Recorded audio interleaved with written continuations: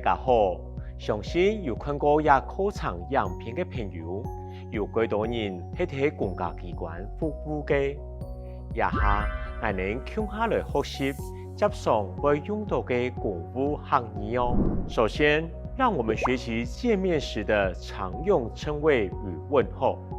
好，在稱謂的部分呢，我們大概可以分為男性、女性。好，那我們現在依據男性跟女性的部分來教導。好，如果說伯父，客家話就會阿伯。那阿伯的太太呢，我們就稱為伯妹。好，那如果叔叔，客家話怎麼說呢？阿叔。好，那叔叔的太太呢？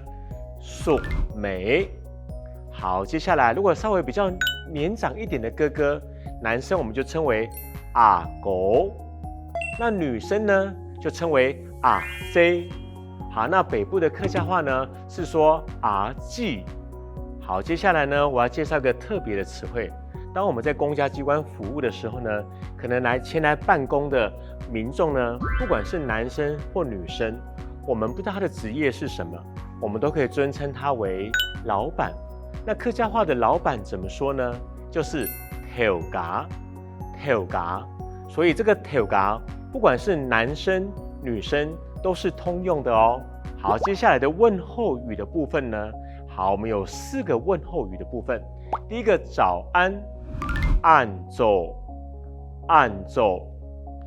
吃飽了嗎？吃飽了冇？吃飽了冇？吃午餐了沒？吃豬了冇？吃豬了冇？您好，好，好。剛剛學了稱謂與問候以後呢，那如果這兩個組合起來，我們會有什麼樣的句型呢？好，我們來舉4個例子。第一個，阿爸吃飽了冇？伯父吃飽了嗎？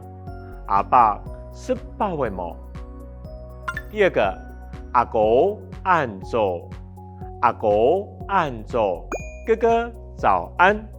好，第3個呢，伯妹好，伯母您好，伯妹好。第4個，阿姐吃豬了冇？姐姐吃午餐了嗎？阿姐吃豬了冇？